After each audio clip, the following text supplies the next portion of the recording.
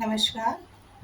साहित्यिक सचेतना समूह एवं स्वस्तिक समूह को मेरा नमस्कार। सत्य सनातन धर्म के प्रति और हमारे चिरंतन शास्त्रों और धर्म उपदेशों के प्रति समर्पित यह चैनल हम सब के लिए धर्म का मार्ग प्रशस्त करता है। सनातन जितनी भी चीज़ें हैं, चाहे वह पंच महाभूत हो, पंच तत्व हो, संपूर्ण प्रकृति हो, वह हमारे सनातन धर्म का हिस्सा रही है। सनातन धर्म में हमने सभी को आत्मसात किया। सभी धर्मों, सभी जीवों को भी एक ही ईश्वर का रूप समझ के, आत्म स्वरूप समझ के हमारे सनातन धर्म ने अंगीकार किया। इस अत्यंत ही उदार धर्म, जिसने पूरे विश्व को ही अपना कुटुंब माना, उस धर्म के प्रति समर्पित आप सभी सदस्यों का साधुवाद।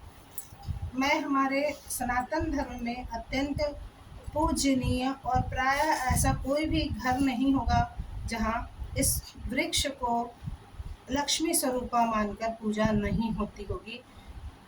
उसके बारे में आपसे बात करना चाहती हूँ। आप लोग समझ ही गए होंगे मैं किसके बारे में बात कर रही हूँ। तुलसी। हमारे सनातन धर्म में तुलसी एक वृक्ष नहीं है, बल्कि एक जागृत देवी है। तुलसी का प्राचीन नाम वृंदा है। गर्ग संहिता के वृंदावन खंड में राधा जी ने कृष्ण को प्राप्त करने के लिए जो प्रश्न पूछा था, नारद जी ने उसका जो उत्तर दिया था, उसके बारे में मैं आपको बताना चाहती हूँ।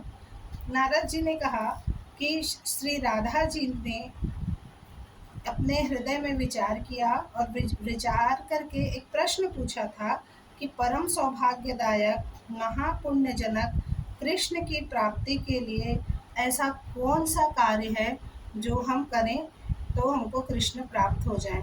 नारद जी बताते हैं कि उन्होंने ये कहा कि तुलसी की सेवा एकमात्र यह उपाय है जिससे तुम परम सौभाग्यदायक श्री कृष्ण की प्राप्ति के लिए कर सकती हो। तुलसी का सेवन का नियम ले लेना चाहिए और तुलसी का दर्शन, स्पर्श, ध्यान, नाम कीर्तन, नमन, स्तवन, तुलसी का बीजारोपण, आरोपण, सिंचन और नित्य पूजन किया जाए तो वह तुम्हारे पुण्य को महान कर देगा। हे शुभे, इस प्रकार तुलसी की 9 प्रकार से जो प्रतिदिन भक्ति करते हैं वो कोटि सहस्त्र युगों तक का पुण्य प्राप्त करते हैं और उसके फल से उनको कृष्ण की प्राप्ति हो जाएगी।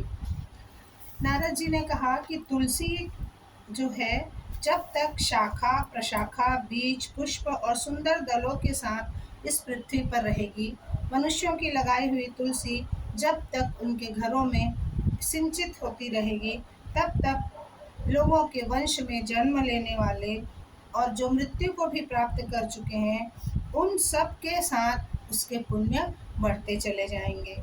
हे राधिके, संपूर्ण पत्र और पुष्प को भगवान के चरणों में, संसार के सभी पत्र और पुष्प को भगवान के चरणों में चढ़ाने से जो पुण्य और जो फल प्राप्त होता है, वह तुलसी के दल के अर्पण से ही प्राप्त हो जाता है। वह जल में पद्म पत्र की भांति कभी भी किसी भी पाप कार्य में लिप्त होने से बच जाता है।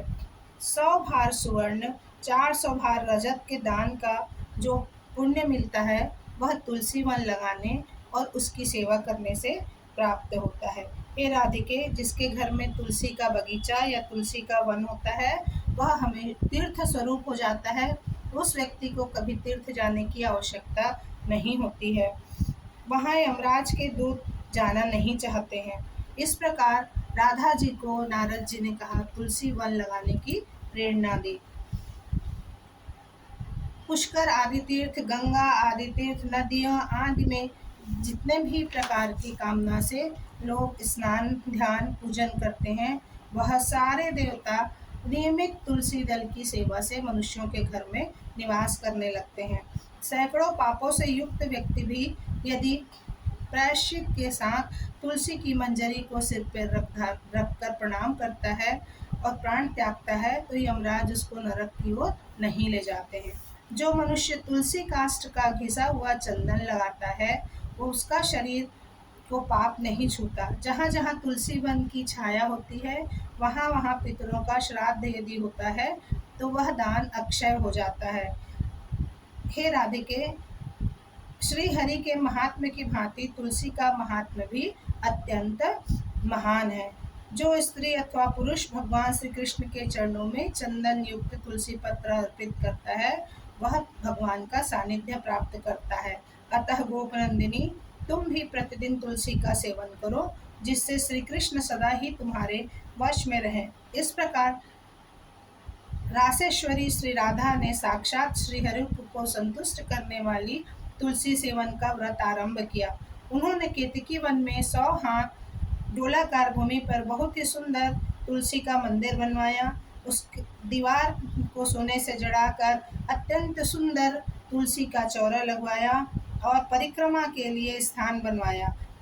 मुख्य मंदिर जो है उसको गोपुर से सुशोभित किया, ऊंचा तोरण द्वार बनाया और इस प्रकार तुलसी मंदिर के मध्य भाग में तुलसी जी की स्थापना करके श्री राधा जी ने अभिजित मुहूर्त में उनकी सेवा प्रारंभ की।